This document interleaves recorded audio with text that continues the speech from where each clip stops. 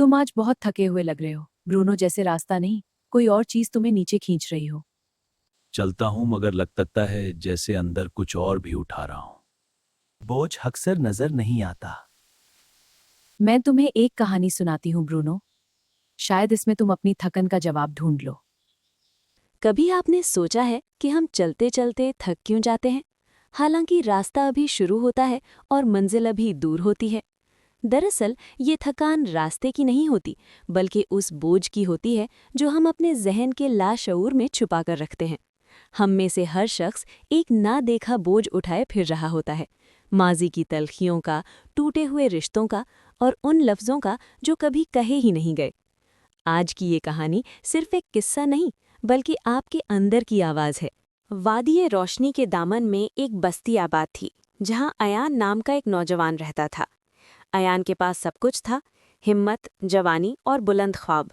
उसका सबसे बड़ा ख्वाब था वादी के सबसे ऊंचे पहाड़ फलक बोस की चोटी पर पहुंचना, जहां के बारे में मशहूर था कि जो वहां पहुंच जाए उसे ज़िंदगी की सबसे बड़ी हकीकत नज़र आ जाती है।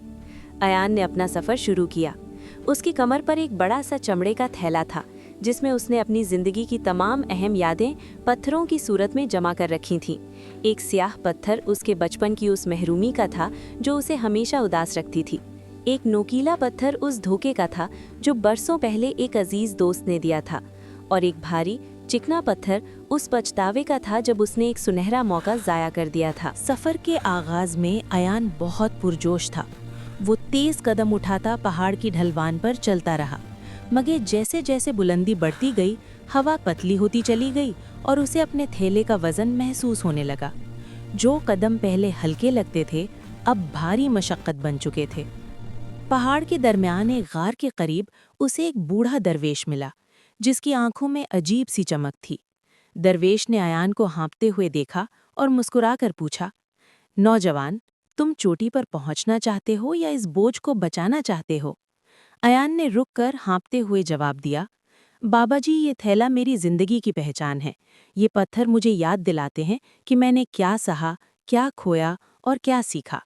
अगर मैं इन्हें फेंक दूं तो मेरी पहचान क्या रह जाएगी?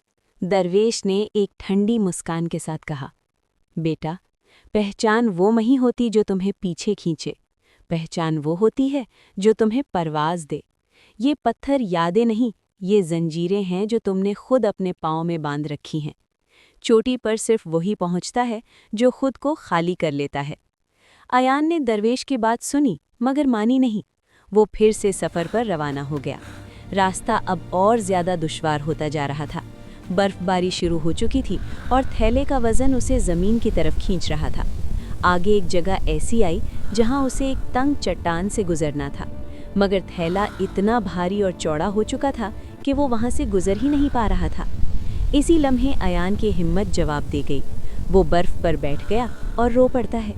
उसे महसूस हुआ कि शायद वो कभी चोटी नहीं देख पाएगा। तब उसे दरवेश की बात याद आई। चोटी पर सिर्फ वही पहुंचता है जो खुद को खाली कर लेता है।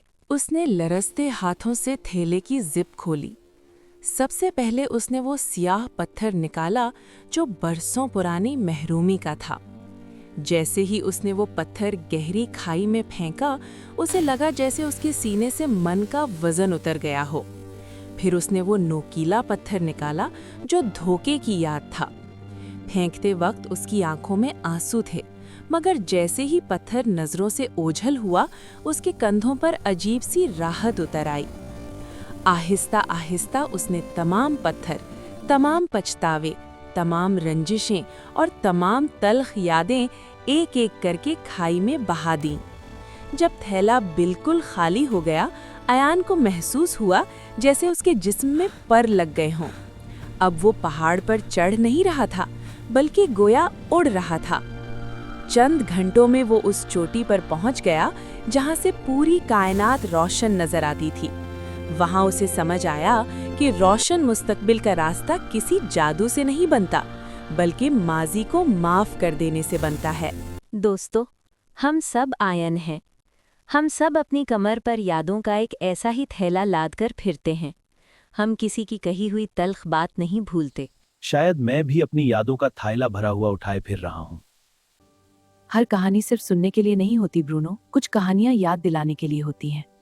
ऊपर जाने के लिए हल्का होना पड़ता है। वीडियो को लाइक कीजिए, हमारे इस सफर का हिस्सा बनने के लिए चैनल को सब्सक्राइब कीजिए। और हाँ, कमेंट में जरूर बताइएगा कि आज आपने माजी का कौन सा बोझ उतारा है। मैं आपके कमेंट्स का इंतजार करूंगी।